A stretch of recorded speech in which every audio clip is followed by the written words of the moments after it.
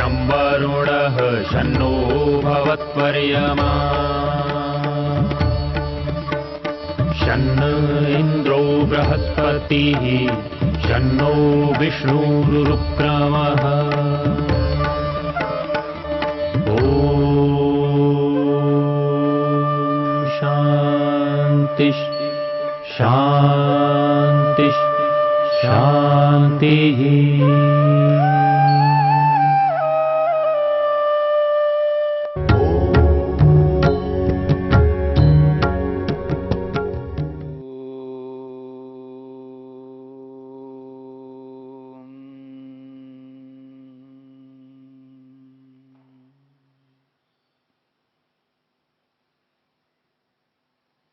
संप्रज्ञा समाधि को लेकर के हमने विचार किया है। ये जो संप्रज्ञा समाधि है, इस समाधि को लक्ष्य बना करके योग साधक जिस रूप में, जिस तत्परता से यम और नियम का पालन करता है, समाधि को प्राप्त करना है, समाधि लगाना है, समाधि को लक्ष्य बना करके जिस तत्परता से यम और नियम का, जिस वेग से, जिस उमंग से व्यक्ति उनका पालन करता है, एकदम उस व्यक्ति का व्यवहार अन्य व्यक्तियों से सर्वथा भिन्न हो जाता है। उस व्यक्ति के जीवन में यम और नियम का जो पालन हो रहा होता है वो विशेष होता है। और जिस तत्परता से उस यम और नियम का पालन करता हुआ उपासना का समय जब आता है, प्रातःकाल और सायंकाल, उस उपासना के काल में जो आसन लगाता है, उस व्यक्ति की जो आसन की स्थिति होती है वो विशेष होती है। क्योंकि आसन जब व्यक्ति लगा लेता है, उसकी एक ऐसी स्थिति बन जाती है, एक निश्चलता आ जाती है, एक स्थिरता आ जाती है, स्थिर सुखम की स्थिति में वो व्यक्ति पहुंच जाता है।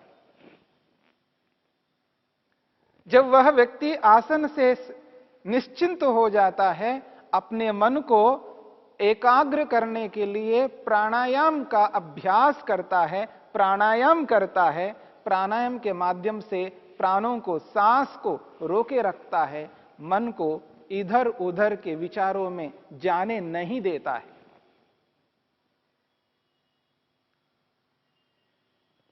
प्राणायाम को यथार्थ रूप में अपनाता हुआ व्यक्ति इंद्रियों को साध लेता है, इंद्रियों पर संयम रखता है, प्रत्याहार की स्थिति में पहुंच जाता है। इंद्रियों को मन के अनुरूप बना करके मन को पकड़ के रखता है, मन को अपने अधिकार में रखता है, मन के अंदर तृष्णा को समाप्त कर देता है। जब मन के अंदर तृष्णा समाप्त हो जाती है, विवेक और वैराग्य की स्थिति में पहुंच जाता है, अपने मन को अपने शरीर के अंदर एक स्थान पर स्थिर कर देता है, धारणा बना लेता है।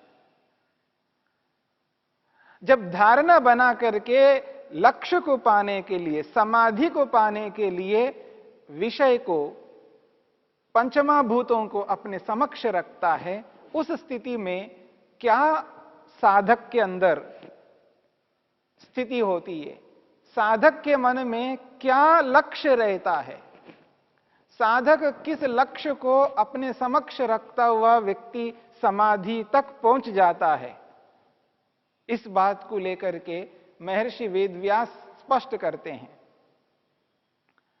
महर्षि कहते हैं, तत्र प्रथमः चतुष्टयानुगतः समाधि सवितर्कः। तत्र प्रथमः चतुष्टयानुगतः समाधि सवितर्कः। वितर्क समाधि को समझा रहे हैं। वितर्क समाधि जो है वो किस रूप में है? वो कहते हैं प्रथमा, पहली समाधि, जब विवेक वैराग्य को प्राप्त कर चुका होता है, मन एकाग्र हो गया होता है, उस स्थिति में जिस समाधि को प्राप्त करता है, संप्रज्ञा समाधि का जिस भेद को वो आत्मसात करता है, प्रथमा, वो जो प्रथम समाधि है, वो कैसी है? चतुष्टयानुगतः, चारों समाधियों से युक्त है, यानी बाकी के तीनों समाधियों से युक्त है। जब कभी व्यक्ति लक्ष्य बनाता है, वो जो लक्ष्य है, उस लक्ष्य के पीछे और भी लक्ष्य विद्यमान रहते हैं उसके अंदर। यहां समाधि को प्राप्त करना उसका लक्ष्य है, पर जिस समाधि को वो प्राप्त कर रहा है वो वितर्क समाधि है। इतना ही साधक का लक्ष्य नहीं है। साधक को और आगे बढ़ना है और आगे पहुंचना है, इसलिए वो जितनी भी समाधियां हैं उन समाधियों को अपना लक्ष्य बना चुका है। तो वितर्क समाधि में विचार समाधि, आनंद समाधि, अस्मिता समाधि भी उसके लक्ष्य के अंतर्गत होते हैं। उस प्रथम समाधि के अंतर्गत बाकी तीनों समाधि भी उसके अंतर्गत विद्यमान रहते हैं, वो अंतर्निहित रहते हैं, उस लक्ष्य के साथ साथ वो भी लक्ष्य रहते हैं। परंतु मुख्यतः वर्तमान जो जिसको सामने रखा है वो है, परंतु मन में इच्छा अवश्य रहती है कि उन तीनों समाधियों को भी प्राप्त करना है। इसलिए महर्षि वेदव्यास स्पष्ट करते हैं, तत्र वो जो समाधियां हैं, संप्रज्ञा समाधि के जो चारों भेद है, उसमें प्रथमः, जो पहला भेद है, जो पहली समाधि है, वितर्क समाधि है, चतुष्टयानुगतः, वो बाकी तीनों समाधियां उसके अंतर्गत हैं। ऐसी समाधि को कहते हैं सवितर्कः समाधि, वितर्क सहित है, यानी वितर्क के साथ साथ बाकी तीनों समाधियां भी उस लक्ष्य के अंतर्गत हैं, ये कहना चाहते हैं। उदाहरण के लिए कोई व्यक्ति 5वीं कक्षा में पढ़ता है। 5वीं कक्षा में पढ़ने वाला, उसका लक्ष्य है 5वीं कक्षा को पास करना, उत्तीर्ण करना है। केवल इतना ही उसका लक्ष्य नहीं होता है। 6ठी कक्षा का, 7वीं का, 8वीं का, 9वीं का, 10वीं का वो लक्ष्य है उसके बनना, पर गौण रूप से विद्यमान है मन के अंदर। यानी वो 6ठी कक्षा को, 7वीं कक्षा को, 8वीं कक्षा को, 9वीं 10वीं कक्षा को भी उत्तीर्ण करना चाहता है। उनकी उत्तीर्णता की स्थिति, उनकी जो इच्छा है उसके मन में विद्यमान है, पर 5वीं कक्षा को अब पास करना है, अभी उत्तीर्ण करना है। मुख्य लक्ष्य तो 5वीं कक्षा है, बाकी गौण रूप से 10वीं तक या उसके आगे तक कक्षाएं जो है वो उसके लक्ष्य में विद्यमान है, वो अंतर्निहित है। तो इसको यह कहा जाए है 5वीं कक्षा सहित उत्तीर्ण करना चाहता है। 5वीं कक्षा सहित उत्तीर्ण करना चाहता है, यह ऐसा उसका लक्ष्य है। यानी 5वीं कक्षा को तो उत्तीर्ण करना चाहता है, उसके साथ साथ में बाकी कक्षाओं को भी करना चाहता है। जब उनका अवसर आएगा, उनका क्रम आएगा, तब उनको भी उत्तीर्ण करना चाहेगा, यह इसका अभिप्राय है। ठीक इसी प्रकार यहां पर कहा जा रहा है, जब योग साधक समाधि लगाने का लक्ष्य बना करके चलता है, तो जिस समाधि को वो प्राप्त कर रहा होता है, वो पहली जो समाधि है वितर्क समाधि, उस वितर्क समाधि के साथ साथ बाकी तीनों समाधियां भी गौण रूप से विद्यमान रहती हैं, उस लक्ष्य के अंतर्गत रहती हैं। ये बात कही जा रही है। इसलिए उसको कहा सवितर्कः समाधि, वितर्केन सहित सवितर्क, वितर्क सहित है, यानी इसके अलावा भी कुछ है, इसके अलावा भी कुछ और हैं, केवल इतना ही लक्ष्य उसका नहीं है। इस लक्ष्य के साथ साथ बाकी और भी लक्ष्य विद्यमान है। इस बात को हमें समझना है। तो पहली समाधि को प्राप्त कर लिया, पहली समाधि को आत्मसात कर लिया है। यानी यम और नियम से लेकर के ध्यान पर्यंत जो योग के अंग हैं, उन सातों अंगों को जिस तत्परता से उनका अभ्यास करता है, उनको अपनाता है, उस अभ्यास की विशेषता को अनुभव करते हुए व्यक्ति चले कि अभ्यास की किस प्रकार की विशेषता होती है, और उस अभ्यास को कर करके उन सातों अंगों को एकमय करके, एकीकरण करके जिस स्थिति में पहुंच करके जिस पहली समाधि को लगाता है, वो वितर्क समाधि, पर वो वितर्क सहित है। वितर्क के साथ साथ बाकी समाधियों को भी उसको प्राप्त करना है। इसलिए उसका नाम दिया है सवितर्क समाधि। पहली समाधि का नाम सवितर्क समाधि, जिसमें 5 स्थूल भूतों का साक्षात्कार करता है, उनका दर्शन करता है, बारी बारी से करता है, और उन पांचों को अच्छी प्रकार से दर्शन करके तृप्त होकर के, हां अब इनको मैंने पहचान लिया है, जान लिया है, आत्मसात कर चुका हूं, अब इनके बारे में विचार करना नहीं है, ये हस्तगत हो चुके हैं, अब आगे बढ़ता है। जब अगली समाधि के लिए अग्रसर होता है, दूसरी समाधि, दूसरा भेद, संप्रज्ञा समाधि का दूसरा भेद, इसके लिए महर्षि पतंजलि स्पष्ट करते हैं, द्वितीयो वितर्क विकलः सविचारः। द्वितीयो वितर्क विकलः, द्वितीय दूसरी समाधि। दूसरी समाधि किस प्रकार की है? वितर्क विकला। विकला कहते हैं रहित, वितर्क कहते हैं रहित, वितर्क रहित सविचार समाधि है। द्वितीयो वितर्क विकला, दूसरी समाधि वितर्क विकला, वितर्क रहित है। इसलिए दूसरी समाधि कैसी है? सविचार समाधि,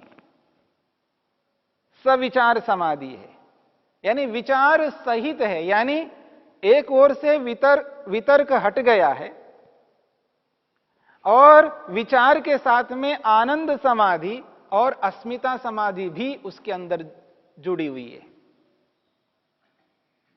इसलिए कहा सविचार समाधि।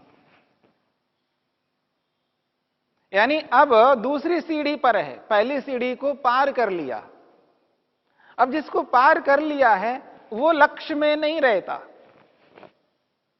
वो भेद लक्ष्य के अंतर्गत अब नहीं रहा, वो पहली समाधि लक्ष्य में नहीं है। अब लक्ष्य क्या है? विचार। वितर्क को तो पा लिया, विचार उसका लक्ष्य है, पर उस विचार रूपी लक्ष्य में आनंद भी और अस्मिता नामक समाधि भी विद्यमान है। इसलिए कहा विचार सहित समाधि है।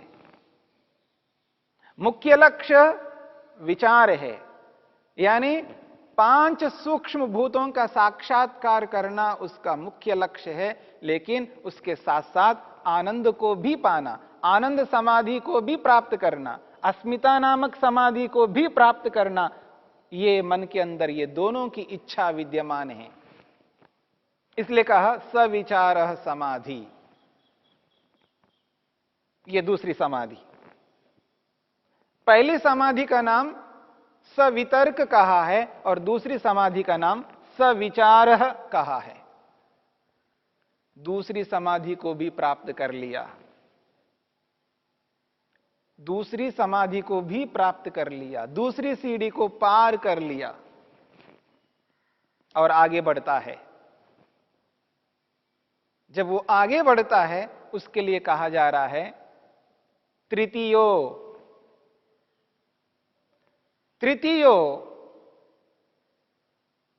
विचार विकलः। तृतीयो विचार विकलः सानंदः। तीसरी जो समाधि है वो आनंद समाधि है। पर आनंद समाधि को जो लक्ष्य बनाया है उसमें विचार रहित है, इसलिए कहा विचार विकलः, विकलः रहितः, विचार रहित। कौन सी समाधि? आनंद समाधि।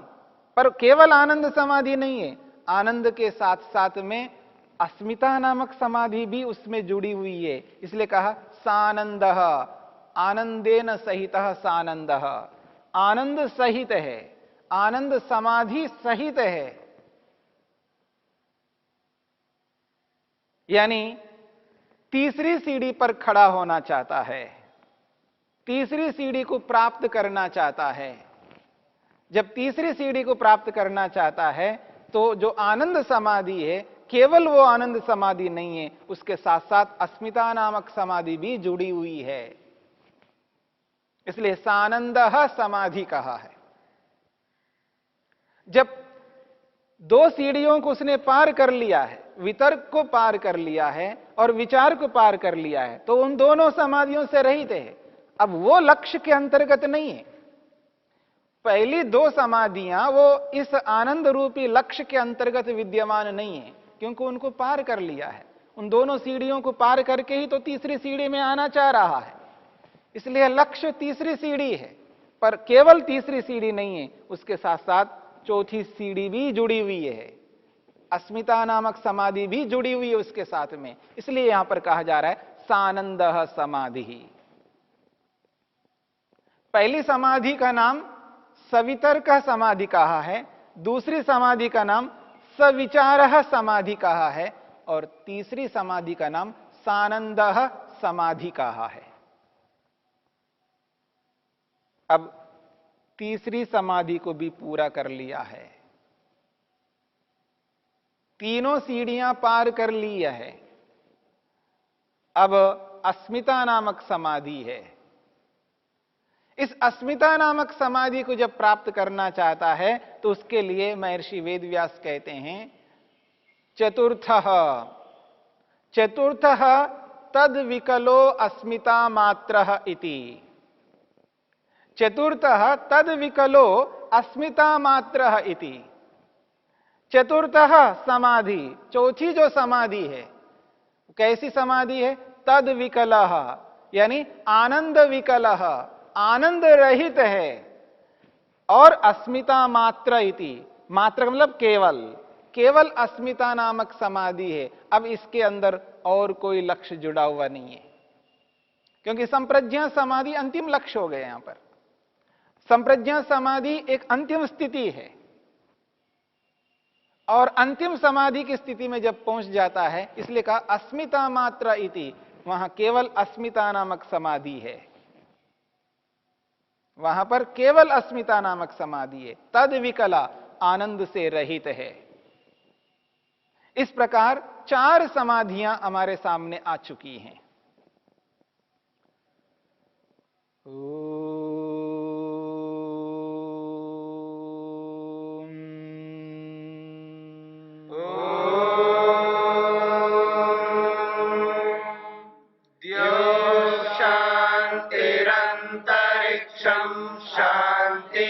पृथिवी शान्तिरापः शान्तिरोषधयः